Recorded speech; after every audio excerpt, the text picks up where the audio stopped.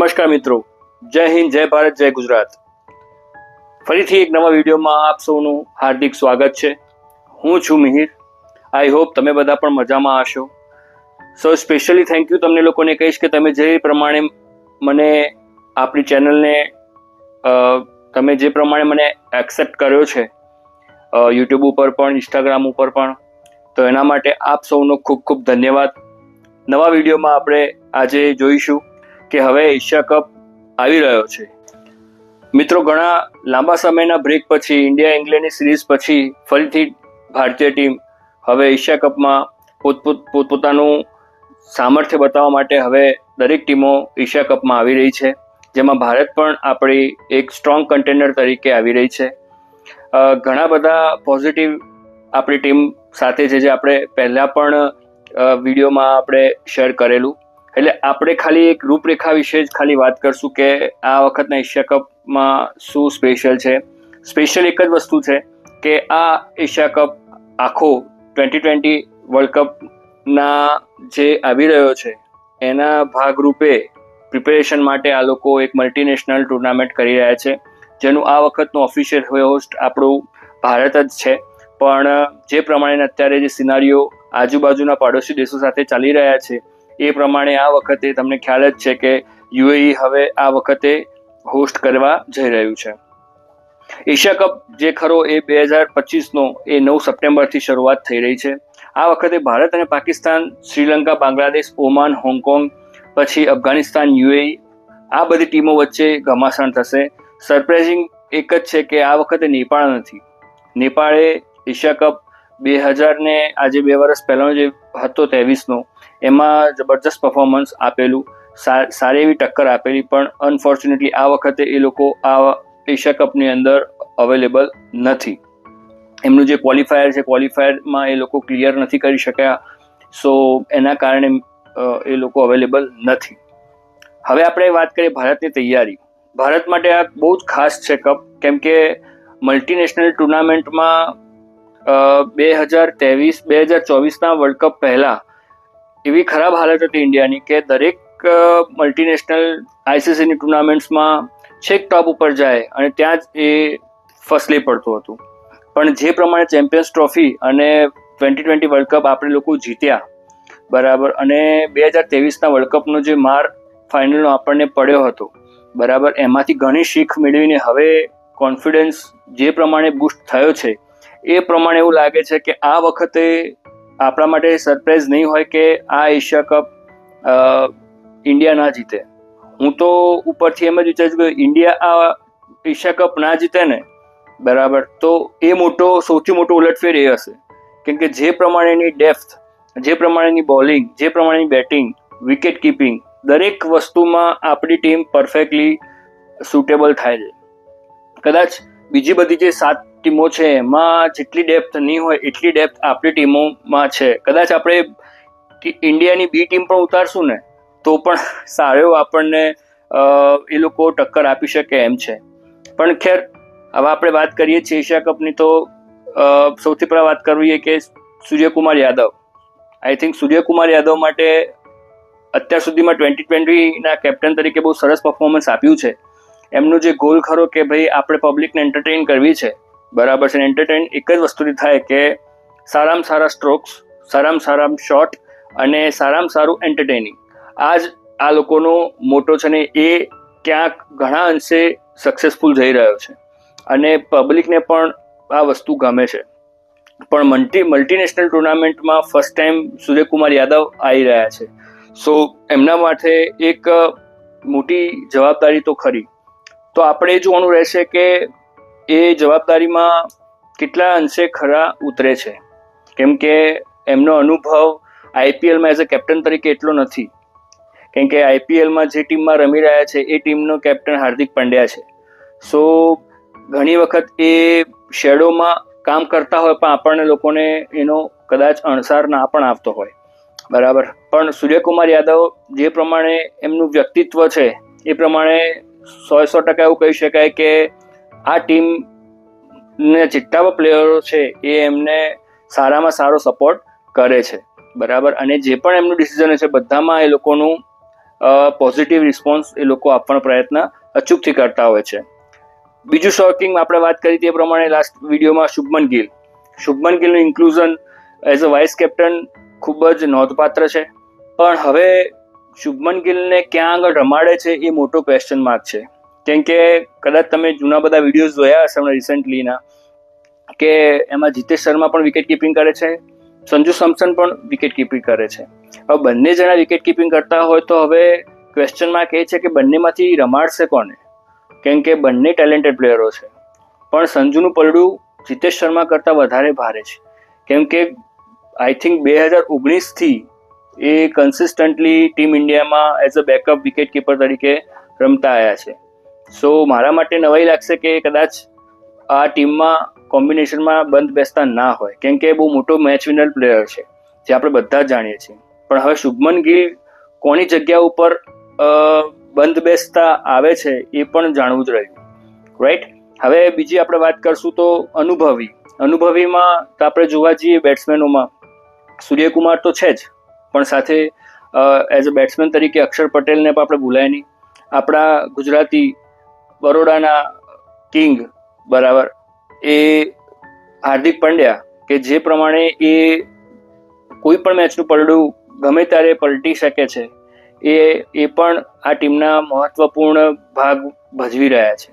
એટલે આ બંને જણા ઉપર એક્સ્ટ્રા એક બર્ડન હશે, બરાબર.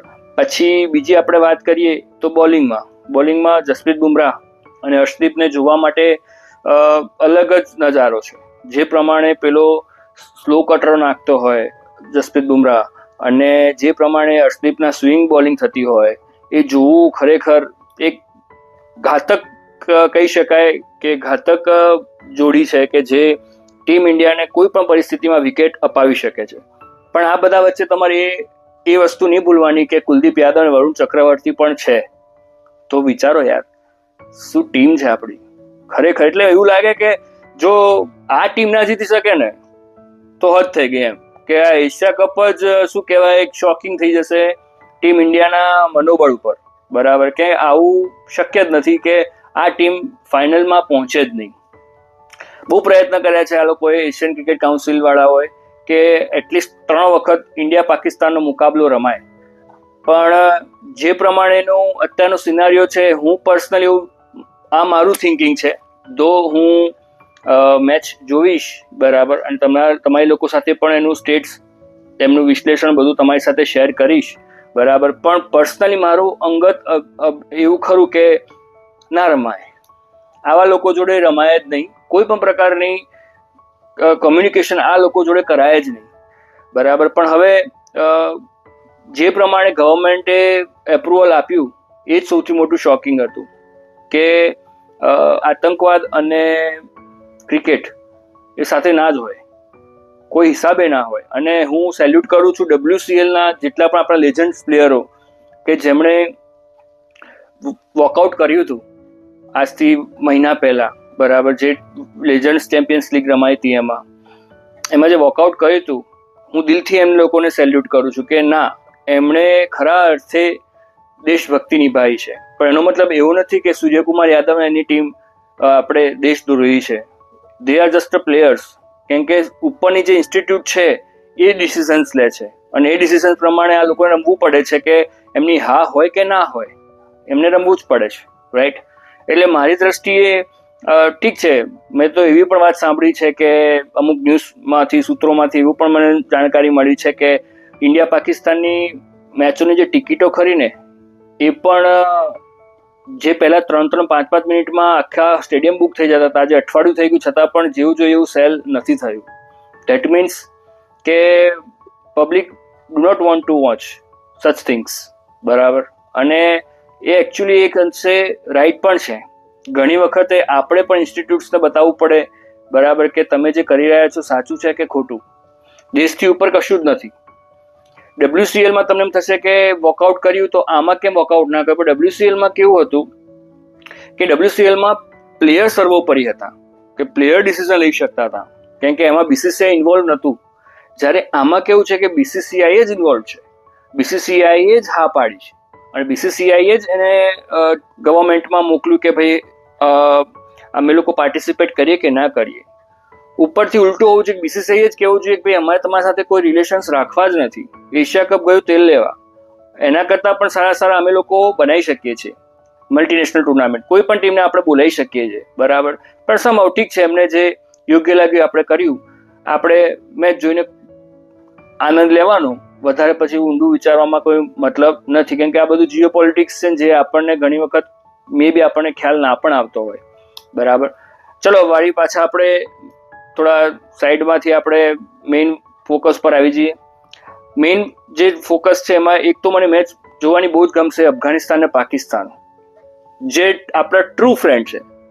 કે અફઘાનિસ્તાન અને પાકિસ્તાનની મેચ હોય તો હું હંમેશા અફઘાનિસ્તાનને જ સપોર્ટ કરું છું. જોયું હમણાં 2 દિવસ પહેલા જે રીતે એમને ધૂળ ચટાડીએ, વાહ શું મજા પડી ગઈ. અને ઇવન પહેલી મેચ પણ એમની જે થઈ હતી ને એમાં પણ રસાકસી તો હતી જ, પણ છેલ્લે અફઘાનિસ્તાનમાં એક જ વસ્તુ છે કે એ લોકો જોડે મિડલમાં એવા કોઈ પ્લેયર્સ નથી કે જે શું કહેવાય પ્રોપરલી મેચને આગળ લઈ શકે. એક જ વસ્તુ એમના કેસમાં છે કે એન્કરિંગ વાળું કોઈ નથી, બરાબર. કેમ કે ક્યાંક ને ક્યાંક બધી જ જે બેટિંગનો ભાર ખરો ને એ ગુરબાઝ ઉપર જ આવે છે, બરાબર. એટલે ગુરબાઝ છે, નબી છે, પણ ઠીક છે હવે, પણ એ મેચ જોવાની મજા જ અલગ છે. એટલે આ એશિયા કપ નીરસ તો નથી જ, બરાબર. રસ કઈ કે આવી શકશે. એક તો મેચ જોવાની મજા હશે. સૌથી પહેલા તો ઇન્ડિયા પાકિસ્તાન તો ખરી જ, જે મિનિમમ 2 વખત તો રમાશે જ. બીજી મેચ છે અફઘાનિસ્તાનની અને પાકિસ્તાનની, જ્યારે પણ સેમીફાઇનલમાં અગર આવે છે પાકિસ્તાન તો બરાબર છે, કેમ કે આ લોકોએ ગ્રુપનું સેટિંગ એ રીતે જ કર્યું છે કે પ્રોપરલી એકબીજા સાથે રમી શકે.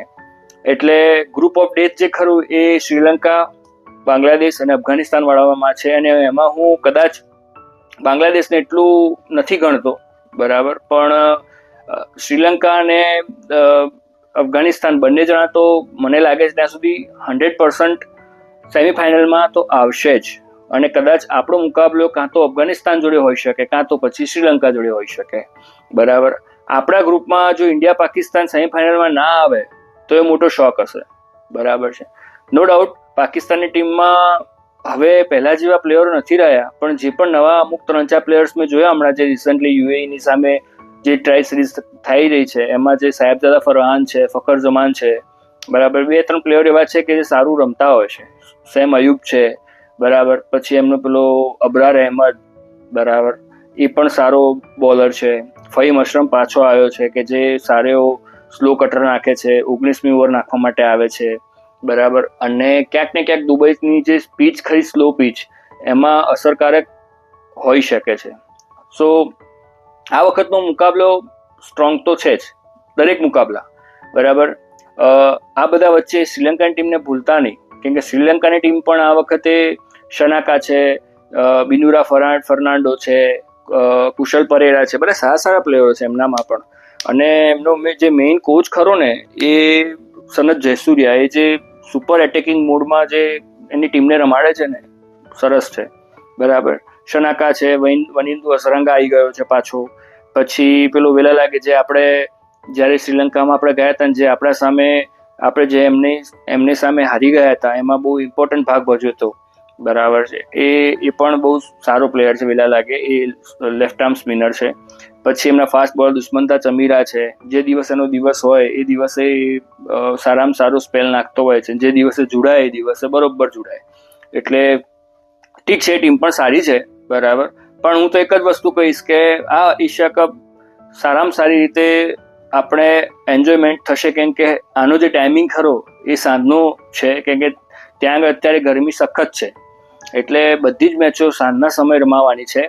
પણ આ આખા બધી જ જે ટીમો છે એમાં ખાલી અંડરડોગ તરીકે હું કહી શકું ને, કેમ કે અફઘાનિસ્તાન હવે અંડરડોગ નથી રહી, કેમ કે સેમીફાઇનલિસ્ટ છે વર્લ્ડ કપમાં.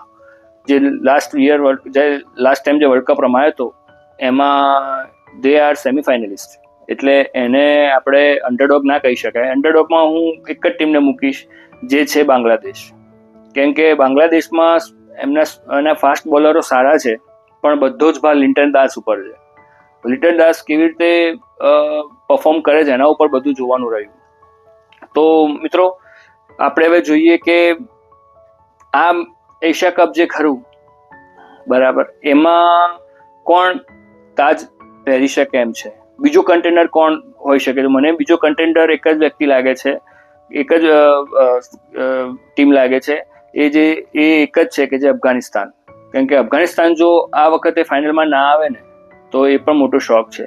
જે પ્રમાણે ડેપ્થ છે એમની પાસે, ગુલબદીન નાયબ છે, પછી સ્પિનરો બહુ જોરદાર છે એમના, પેલો અલ્લાહ ગઝનફર છે, મસ્ત બોલર છે, પછી કાઈસ અહેમદ છે, એ પણ સારો છે, રશીદ ખાન પોતે કેપ્ટન.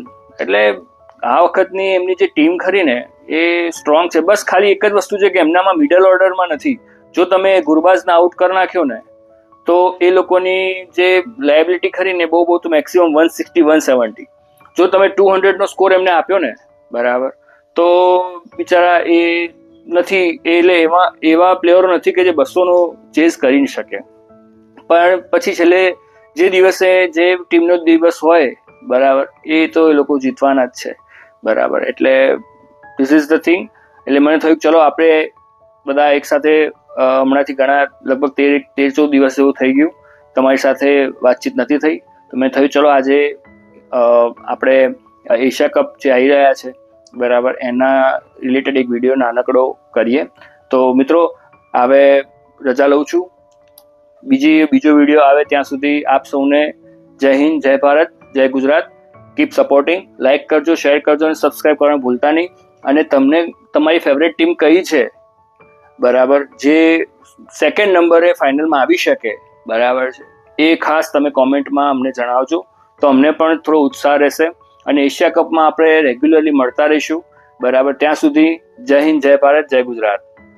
નમસ્કાર.